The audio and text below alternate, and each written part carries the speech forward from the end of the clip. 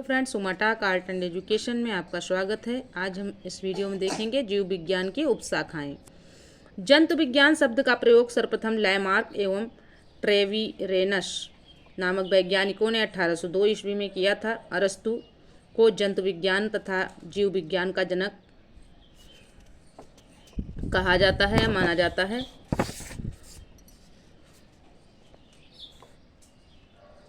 Theophrastus को वनस्पति विज्ञान का जनक माना जाता है। जीव विज्ञान की उपशाखाएं देख लेते हैं। जेरेंटोलॉजी जेरेंटोलॉजी मनुष्य में बुढ़ापा तथा बुढ़ापा लाने के कारकों का अध्ययन। पेडोलॉजी मृदा स्वायल, मृदा निर्माण इत्यादि का अध्ययन।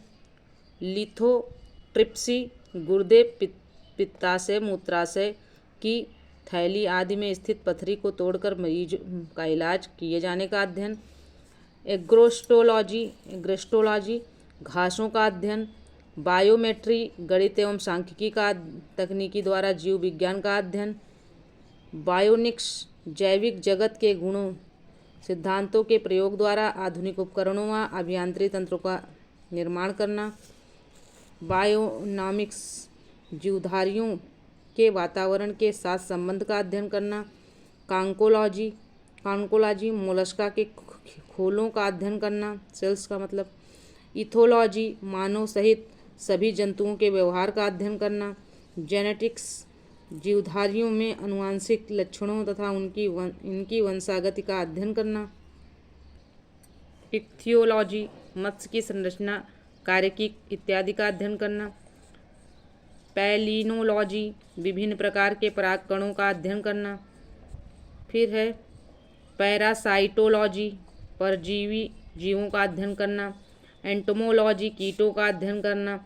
फ्रेनोलॉजी कपाल गुहा की संरचना के आधार पर मस्तिष्क के विभिन्न भागों की क्रियाशीलता तथा विक्षिप्तता का अध्ययन करना। मेलेकोलॉजी मोलस्का का अध्ययन करना। ऑन्कोलॉजी कैंसर से संबंधित अध्ययन। टेरेंटोलॉजी शारीरिक विकास में आने वाली असमानताओं का अध्ययन। ऑस्टियोलॉजी अस्थियों का अध्ययन। सेरोलॉजी रुधिर सीरम का अध्ययन। ऑर्निथोलॉजी पक्षियों का अध्ययन।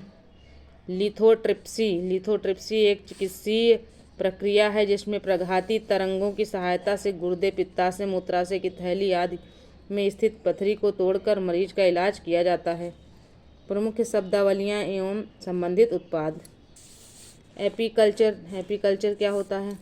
व्यापारिक स्तर पर शहद उत्पादन तथा फसलों में परागण हेतु मधुमक्खी पालन एपीकल्चर कहलाता है। एवीकल्चर पक्षी पालन कहलाता है। पिसीकल्चर मत्स्य पालन कहलाता है। एक्वाकल्चर जलीय जीवों, जंतु एवं वनस्पतियों का संवर्धन एक्वाकल्चर कहलाता है। एग्रीकल्चर फसल संवर्धन, पशुपालन तथा कृषि से संबंधित विज्ञान एग्रीकल्चर कहलाता है। एल्गाकल्चर को एक्वाकल्चर का एक प्रकार जिसके अंतर्गत शैवालों की कृषि की जाती है। सेरीकल्चर कच्चे रेशम के उत्पादन हेतु रेशम कीट का पालना सेरीकल्चर कहलाता है। सिल्वीकल्चर वन संवर्धन सिल्वीकल्चर कहलाता है। स्पॉन्जीकल्चर स्पंज संवर्धन स्पॉन्जीकल्चर कहलाता है। कैनिकल्चर कुत्ता पालना कैनिकल्चर कहलाता है। फ्लोरिकल्चर फूलों की खेती या पुष्प कृषि जो है फ्लोरिकल्चर कहलाता है। फ्लोरिकल्चर क्या कहलाता है? फूलों की खेती या पुष्प कृषि। एलोरिकल्चर कहलाता है सब्जियों की कृषि एलोरिकल्चर कहलाता है। ओलोरिकल्चर सब्जियों की कृषि कहलाता है। अर्बोरिकल्चर वृक्षों तथा झाड़ियों की कृषि अल्बोरिकल्चर कहलाता है। ओलिगोकल्चर कुछ फसलों या प्रजातियों की कृषि ओलिगोकल्चर कहलाता है। ओलिगोकल्चर हार्टिकल्चर कहलाता है फूलों, फलों, सब्जियों व मसालों की खेती हार्टिकल्चर कहलाती है। ओस्ट्रीकल्चर व्यापार हेतु सीपों में कृत्रिम प्रजनन ओस्ट्रीकल्चर कहलाता है। ओलीकल्चर कहलाता है जैतून का उत्पादन ओलिव ऑयल्स जिसको कहते हैं। हेलीकल्चर घोंघे का संवर्धन स्नेल्स जिसको कहते हैं। फिर है वर्मी कल्चर, कृषि उत्पादन में वृद्धि हेतु केंचुए का पालन वर्मी कल्चर कहलाता है। विटीकल्चर, अंगूर की खेती के लिए यानी अंगूर उत्पादन के लिए विटीकल्चर का यूज करते हैं। अंगूर उत्पादन के लिए क्या है करते हैं, विटीकल्चर का। फिर है मेरीकल्चर, मेरीकल्चर है मानव उपभोग हेतु समुद्री जीव जंतु या वनस्पति का संवर्धन मेरीकल्चर कहलाता है। मोरीकल्चर, शहतूत की खेती, मोरीकल्चर कौन सी खेती, शहतूत की खेती के लिए होती है। सिट्रीकल्चर, सिट्रीकल्चर खट्टे फलों व फल उत्पादों का संवर्धन, खट्टे फलों व फल उत्पादों का संवर्धन सिट्रीकल्चर कहलाता है। फिर है पोमोलॉजी, फलों की खेती यानी फलों की कृषि पोमोलॉजी कहलाती है।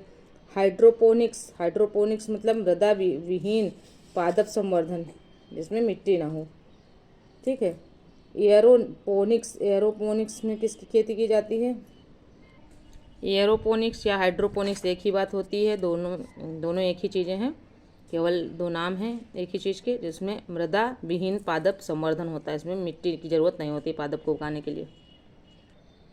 आगे है वेजिकल्चर, वेजिकल्चर है सब्जियों या पौधों की कृषि, सब्जियों या पौधों की कृषि मुख्यतः जड़ वाले फसलों की कृषि जिसमें कायिक प्रवर्धन होता है।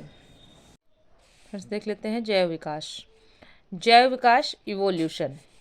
परिकल्पना पर पहला तर्क संगत सिद्धांत फ्रांसीसी जीव वैज्ञानिक जीन बैप्टिस्टे डी लैमार्क ने प्रस्तुत किया था। इसे लैमार्क का सिद्धांत या उपार्जित लक्षणों की वंशागति, the theory of inheritance of acquired characters कहते हैं। यह वर्ष 1809 में यानी 1809 में इनकी पुस्तक फिलॉसफी जूलॉजिक में छपा।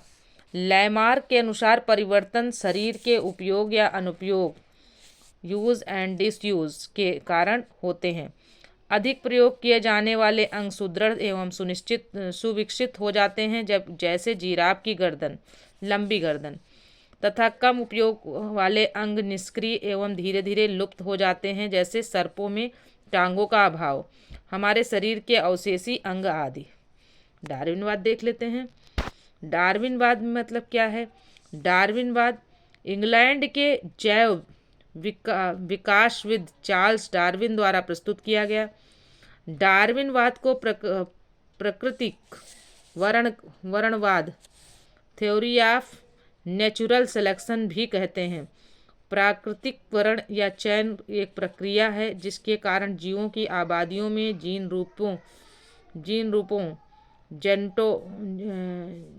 जीनोटाइप्स तथा एलीली जीनों दोनों की आवृत्तियों में महत्वपूर्ण परिवर्तन होते रहते हैं। डार्विनवाद की विस्तृत व्याख्या इनकी पुस्तक प्राकृतिक चुनाव द्वारा जातियों की उत्पत्ति 1859 में दी गई है। डार्विन का प्राकृतिक वर्णवाद over protection, struggle for existence and variances तथा सर्वाइवल ऑफ द फिटेस्ट, इन तीनों पर आधारित है।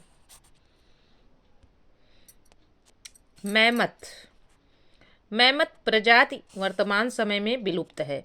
यह हाथी का पूर्वज माना जाता है। आधुनिक मनुष्य के हाल का पूर्वज क्रोमैग्नन मानव को माना जाता है। इनका शरीर गठा हुआ और यानी क्रोमैग्नन मानव का शरीर गठा हुआ और लगभग 6 फुट लंबा था।